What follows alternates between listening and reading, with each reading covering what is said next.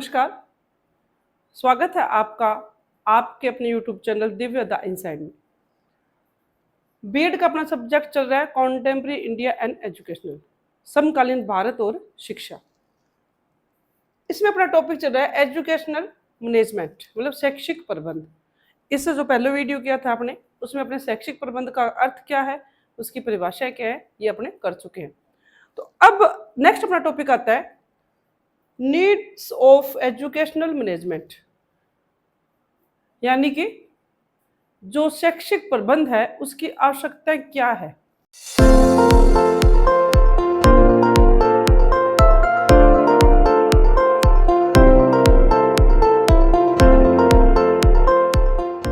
देखिए, टॉपिक है अपना शैक्षिक प्रबंध की आवश्यकता है।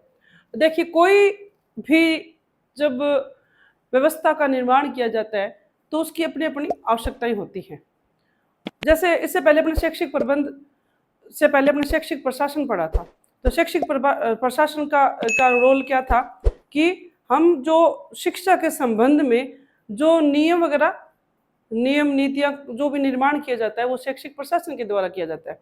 अब शैक्षिक प्रशासन ने जो नियम बना दिए, उन नियमों को लागू करना या कि जो उद्देश्य है या फिर जो भी उनका मोटिव रहा, उनको पूरा करने के लिए शैक्षिक प्रबंध का व्यवस्था की गई। तो अब शैक्षिक प्रबंध जो है ये क्या काम करता है, इसकी आवश्यकता क्या है। तो कोठारी आयोग जो है, आपने सुना होगा कोठारी आयोग। इनकी एक परिभाषा थी। इन्होंने कहा कि भारत का भविष्य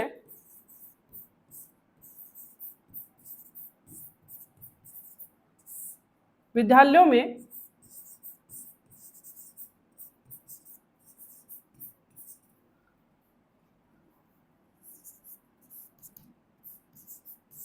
निर्मित होता है।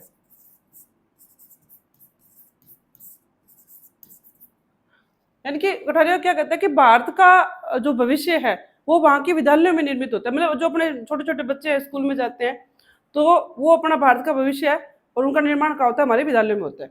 तो अब शैक्षिक प्रबंध क्या काम करता है, इस भारत के भविष्य को निर्माण करने में इनका क्या सहयोग रहता है। तो इसी प्रकार से जो अपने ये कह सकते हैं कि जो शैक्षिक प्रबंध है उसका आवश्यकता हमें क्यों लगी, क्योंकि प्रशासन के द्वारा, शैक्षिक प्रशासन के द्वारा जो नियम बनाए गए, जो व्यवस्थाएं की गई, उनको लागू कौन करेगा, जो शिक्षक उद्देश्य रखे गए उन उद्देश्यों को पूरा कैसे किया जाएगा, इसलिए शैक्षिक प्रबंध की व्यवस्था की गई।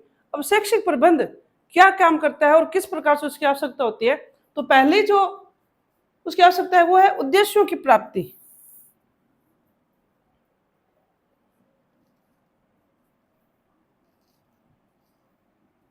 पहले आवश्यकता क्या है, उद्देश्यों की प्राप्ति।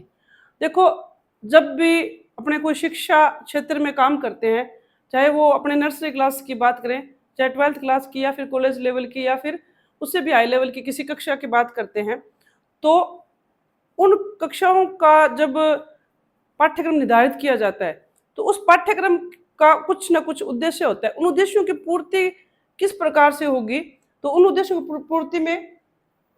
पूर्ति करने का काम कौन करेगा, शैक्षिक प्रबंध करेगा। शैक्षिक प्रबंध क्या करेगा, जो उद्देश्य निर्धारित किए गए हैं उन उद्देश्यों को पूरा करने के लिए समायोजन करेगा, नियंत्रण करेगा। मतलब जो उनका स्टाफ है, जिसको जो कार्य दिया गया है उस कार्य को पूरा करने के लिए स्टाफ जो है उसमें नियोजन कराएगा, समायोजन करवाएगा। जैसे कि उद्देश्य होता है मुख्य रूप से कि बच्चे का सर्वांगीण विकास करना। तो मान लो सर्वांगीण विकास में क्या आएगा, बच्चे का मानसिक विकास भी करना है, बच्चे का शारीरिक विकास भी करना है। तो इस प्रकार से इन सभी उद्देश्यों को पूर्ति कैसे की जाएगी। मानसिक विकास में हम उसको बच्चे को पढ़ाएंगे, उसके साथ साथ उसके बहुत सारी ऐसी शैक्षिक क्रियाएं करवाएंगे जिससे वो अपना बौद्धिक विकास कर सके। इसी प्रकार अगर शारीरिक विकास की बात करें तो खेल के माध्यम से, योग के माध्यम से उसका शारीरिक विकास भी कर सकते हैं। तो इन सब बातों की व्यवस्था कौन करेगा, शैक्षिक प्रबंध करेगा। मतलब पहला जो उद्देश्य है, जो भी उद्देश्य निर्धारित किए गए हैं कक्षा के अनुसार, उन उद्देश्यों की पूर्ति करने का काम कौन करेगा, शैक्षिक प्रबंध करेगा। दूसरी जो इसकी आवश्यकता है वो है संसाधनों का उचित उपयोग। अब संसाधन मतलब जो भी शैक्षिक संस्थान होगा उसके पास संसाधन होंगे। संसाधन पर बहुत ज़्यादा बड़ा स्कूल है तो उसके पास ज़्यादा होंगे, छोटा स्कूल है तो उसके पास कम संसाधन होंगे। मतलब जो भी उनके पास संसाधन है, उन संसाधनों को उसी समय में, उसी जो उनका धन है, उसी धन के अनुसार और जो भी उनके पास व्यवस्थाएं हैं, उन व्यवस्थाओं के अनुसार उन संसाधनों का उचित ढंग से उपयोग हो सके, मतलब अधिक से अधिक छात्र उनका लाभ प्राप्त कर सके। तो ये व्यवस्था भी कौन करता है? शैक्षिक प्रबंध करता है। तो इसलिए शैक्षिक प्रबंध की आवश्यकता क्या है कि जो संसाधन है उनका उचित उपयोग हो सके। कई बार अगर प्रबंधन नहीं होता, मैनेजमेंट नहीं होता, तो जो हमारे संसाधन है वो पूर्ण रूप से उपयोग नहीं कर पाते। तीसरी आवश्यकता क्या है? गुणवत्तापूर्ण शिक्षा। गुणवत्तापूर्ण शिक्षा मतलब जो हम बच्चों को शिक्षा दे रहे हैं वो गुणों से पूर्ण हो, उसमें कुछ ऐसी चीजों को शामिल किया जाए कि बच्चे उसमें अधिक से अधिक सीख सकें, और जो भी शिक्षा है उसमें ऐसे चीजों को शामिल किया जाए कि बच्चे उसमें अपने जो पूर्ण रूप से अपना विकास कर सके। सिर्फ एक चीज तरफ ध्यान नहीं देना कि बच्चे सिर्फ जो लिखने का काम है या जो सिर्फ पढ़ने का काम है वही करें। उस शिक्षा के अंदर ऐसे ऐसी चीजों को शामिल किया जाए जिससे छात्र अपना पूर्ण विकास कर सके। तो हमें गुणवत्तापूर्ण शिक्षा भी देने का काम कौन करता है? शैक्षिक प्रबंध करता है। नेक्स्ट आता है समन्वय। देखो, शैक्षिक प्रबंध जो है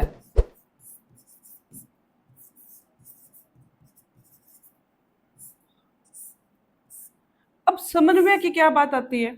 देखो, अभी कोई भी विद्यालय होगा, कोई भी महाविद्यालय होगा, तो वो किसी एक व्यक्ति से नहीं चलता, ठीक है।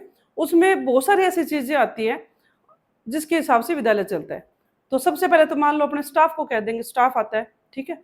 उसके बाद में छात्र आते हैं, और आजकल तो अभिभावकों को भी शामिल किया जाता है। तो अब छात्र जो हैं उनका और टीचरों का आपस में समन्वय हो।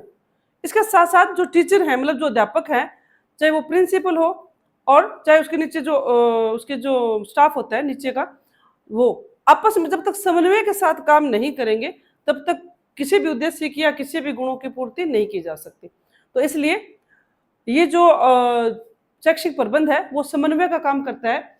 छात्र इसमें अपने स्टाफ, संपूर्ण स्टाफ आ जाएगा इसमें, और इसके साथ साथ छात्र, मतलब जो छात्र और स्टाफ है इनमें भी समन्वय करना है, और जो स्टाफ है इनका भी आपस में समन्वय स्थापित करना है। ये काम भी, इस काम के लिए भी किसकी आवश्यकता पड़ती है? शैक्षिक प्रबंध की आवश्यकता पड़ती है। नेक्स्ट जो इसकी आवश्यकता है वो है समय अनुसार बदलाव। देखो, अपने बात करें अपने शैक्षिक व्यवस्था की भारत में, वो पुराने समय में जब चले जाते हैं तो गुरुकुल शिक्षा पद्धति थी, ठीक है। जैसे जैसे समय बदला और शिक्षा के अंदर नए नए बदलाव आते गए। अब जब अंग्रेज आए भारत में तो उन्होंने अपना वो मैकाले की जो शिक्षा पद्धति उसको लागू किया, और नई शिक्षा, बिल्कुल नई शिक्षा पद्धति लागू हुई।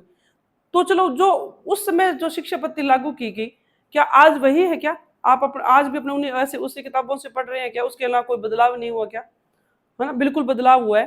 तो जैसे जैसे समय बदलता है वैसे वैसे शिक्षा में भी बदलाव किया जाता है। इसके लिए किसकी आवश्यकता होती है? शैक्षिक प्रबंध की। मतलब शैक्षिक प्रबंध ऐसी व्यवस्था करता है कि हम समय के साथ साथ अपनी जो एजुकेशन है उसमें भी बदलाव कर सके। कंप्यूटर शिक्षा आई, ठीक है, उसके बाद में अब एआई का टाइम आ गया। तो ये सब जो बदलाव है ये शिक्षा में कौन, इनकी व्यवस्था शिक्षा में कौन करेगा? शैक्षिक प्रबंध करेगा। मतलब समय के हिसाब साथ इसमें बदलाव करेगा। जैसे जैसे वैज्ञानिक युग है, जैसे जैसे इसमें बदलाव होता रहेगा तो हमारी शिक्षा में भी बदलाव करता रहेगा। ये काम भी किसके द्वारा किया जाता है? शैक्षिक प्रबंध के द्वारा किया जाता है। संगठन के विकास हेतु, अब जो भी हमारा शैक्षिक संगठन है उस शैक्षिक संगठन में अधिक से अधिक विकास हो, मतलब वो अधिक से अधिक अपने जो उद्देश्य हैं उनकी पूर्ति कर पाए। एक विद्यालय है तो वो अपने शैक्षिक स्तर में सुधार कर सके, नियोजन कर सके, समायोजन कर सके, प्रबंध कर सके। इन सब काम को कराने के लिए भी किसकी आवश्यकता होती है? शैक्षिक प्रबंध की आवश्यकता होती है। लास्ट आता है आधुनिक आविष्कारों का लाभ उठाने में। अब समय के अनुसार बदलाव तो हमने कर लिया, लेकिन जो आधुनिक आविष्कार हुए, जो नई-नई चीज़ें हमारे क्षेत्र में लागू हो रही है, हम किसी भी सब्जेक्ट की बात करें, चाहे हम विज्ञान की बात करें, चाहे हम पॉलिटिकल साइंस की बात करें या फिर अन्य किसी भी विषय की बात करें, उसमें जैसे नए-नए नियम जो लागू होते हैं, जो नए-नए आविष्कार होते हैं, उन सबको हमारे पाठ्यक्रम में शामिल करके वो सभी बच्चों तक अच्छे से पहुँचे। मतलब अगर हम कंप्यूटर की या एआई की भी बात करते हैं, तो ये सब अच्छे से हमारी शिक्षा में शामिल हो और शामिल होने के साथ-साथ ये सब आविष्कार है उनका उन विद्यार्थियों को पूर्ण रूप से लाभ मिले। तो इसके लिए आप अपने देखते हैं कि समय-समय जो अध्यापक जो लोग होते हैं, उनकी ट्रेनिंग भी कराई जाती है। तो उनका मूल उद्देश्य क्या होता है कि जो भी हमने लक्ष्य या उद्देश्य निर्धारित किए हैं या फिर जो भी नई-नई चीज़ें हमारे वैज्ञानिक युग में शामिल हो रही हैं, उन सब का लाभ हमारे किसको मिले? हमारे विद्यार्थियों को मिले। टीचर पहले खुद सीखेगा, फिर वो विद्यार्थियों को सिखाएगा। तो इसलिए समय-समय पर इनका प्रशिक्षण भी करवाया जाता है। तो अपने कुल मिला के ये कह सकते हैं कि शैक्षिक प्रबंध जो है, हमारे लिए आवश्यक है और आवश्यक क्यों है? क्योंकि हमारे जो भी उद्देश्य निर्धारित किए गए, हमारा जो आज का टाइम जो वैज्ञानिक युग है, उस वैज्ञानिक युग में या फिर अपने ये कह सकते हैं कि जो नए-नए चीज़ें हमारे अंदर शिक्षा में शामिल करनी है, उन सबको शामिल करने में जो नए नियम लागू किए जाते हैं, उन सब नियमों को शिक्षा में शामिल करने के लिए या फिर ये कह सकते हैं कि जो अपने छात्र हैं या जो स्टाफ है, उन सब में एक समायोजन करने के लिए हमें शैक्षिक प्रबंध की आवश्यकता होती है। क्योंकि शैक्षिक प्रबंध क्या होता है? हेड होता है ना? जैसे अपना बॉडी पार्ट में सबसे शीर्ष पे अपना दिमाग है ना? तो अपने दिमाग के अकॉर्डिंग अपना पूरी बॉडी चलती है। तो इसी प्रकार शैक्षिक प्रबंध भी अपने कह सकते हैं कि एक मस्तिष्क का, ये दिमाग का काम करता है, जो पूरे शैक्षिक व्यवस्था को चलाता है। तो इसलिए शैक्षिक प्रबंध हमारे लिए अति आवश्यक है। धन्यवाद। मिलते हैं अपने अगली क्लास में।